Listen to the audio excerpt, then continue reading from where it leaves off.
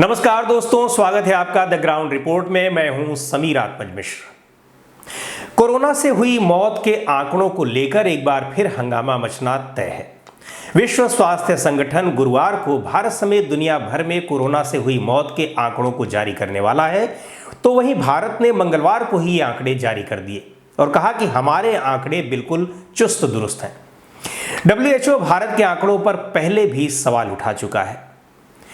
भारत में नीति आयोग के सदस्य वीके पॉल ने मंगलवार को जानकारी दी कि 2020 में कोविड से 4,75,000 लोगों की मौत हुई, जबकि 2019 में मरने वालों की संख्या 1,48,738 थी। उनके मुताबिक कोरोना से अब तक मरने वालों की कुल संख्या 5,23,889 हो गई है। ये आंकड़े अभी करीब 2 महीने बाद जारी होने वाले थे, लेकिन विश्व स्वास्थ्य संगठन से मौत के आंकड़ों को लेकर हुई खींचतान के बीच भारत सरकार ने मंगलवार को ही आंकड़े जारी कर दिए। दरअसल WHO भारत के आंकड़ों पर भरोसा नहीं करता है और उसका अनुमान है कि भारत में कोविड से मरने वालों की संख्या इससे कहीं ज्यादा है।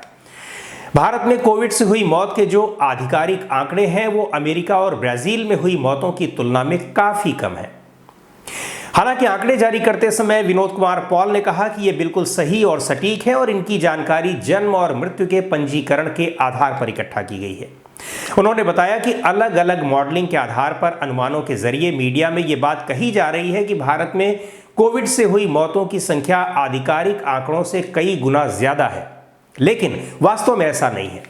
अब हमारे पास 2020 के असली आंकड़े हैं और किसी अन्य मॉडलिंग की हमें जरूरत नहीं है। हमारे पास 2021 का भी विस्तृत और गहन डेटा है। मॉडलिंग से अजीबोगरीब और सही से कहीं ज्यादा अनुमान मिल सकते हैं, यह कहना है नीति आयोग के सदस्य वीके पॉल का। कुछ विशेषज्ञों का भी मानना है कि भारत में कोविड से मरने वालों की संख्या 40 लाख से ज्यादा है, जो भारत सरकार के आधिकारिक आंकड़ों से 8 गुना ज्यादा है। पिछले साल अप्रैल और मई में डेल्टा वेरिएंट के कारण आई कोविड की दूसरी लहर में भारत में भयानक तबाही देखने को मिली थी। लोगों को ऑक्सीजन की तलाश और इलाज के लिए अस्पतालों के बाहर सड़कों पर तड़प तड़प कर मरते देखा गया था। करीब 1 महीने के भीतर इतनी मौतें हुई कि श्मशान घाटों और कब्रिस्तानों पर शवों के अंतिम संस्कार की जगह नहीं बची।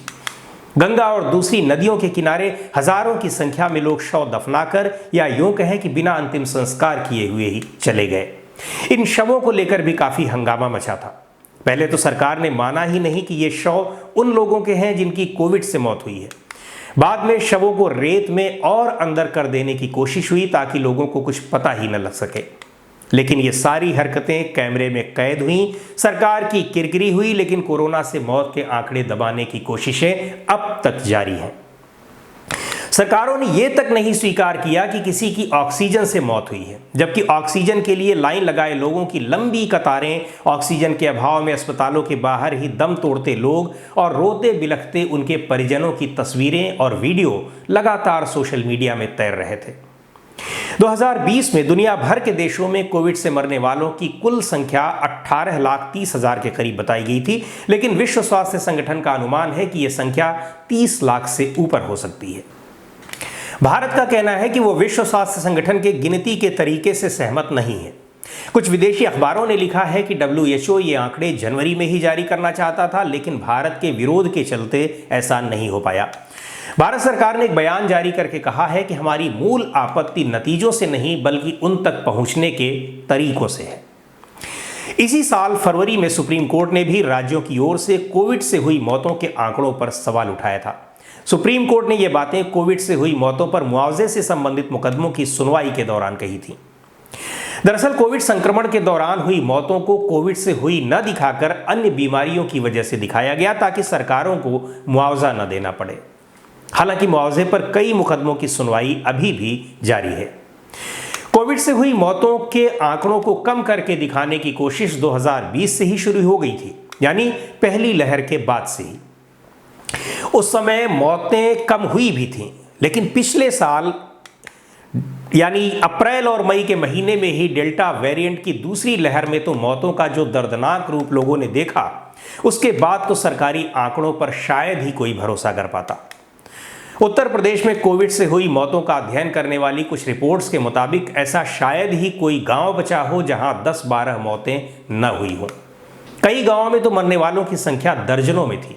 पिछले साल द वायर में प्रकाशित एक रिपोर्ट के मुताबिक गुजरात के मृत्यु रजिस्टर के डेटा के हवाले से बताया गया था कि उस समय तक राज्य में कोविड से मौत का आधिकारिक आंकड़ा रजिस्टर से मिले आंकड़ों से 27 गुना कम था और यह हाल लगभग सभी राज्यों का था।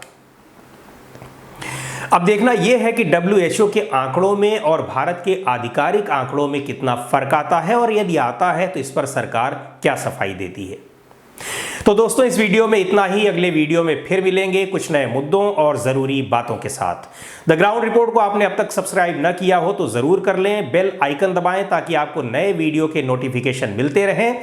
लाइक कीजिए और कमेंट करके बताइए कि वीडियो कैसा लगा और अपने सुझाव भी हमें दीजिए। फेसबुक पर देख रहे हो तो हमारा पेज लाइक कर लीजिए, इंस्टाग्राम पर हमारे पेज को फॉलो कर लीजिए और हमारा ट्विटर हैंडल है टी ग्राउंड रिपोर्ट, इसे भी आप फॉलो कर सकते हैं।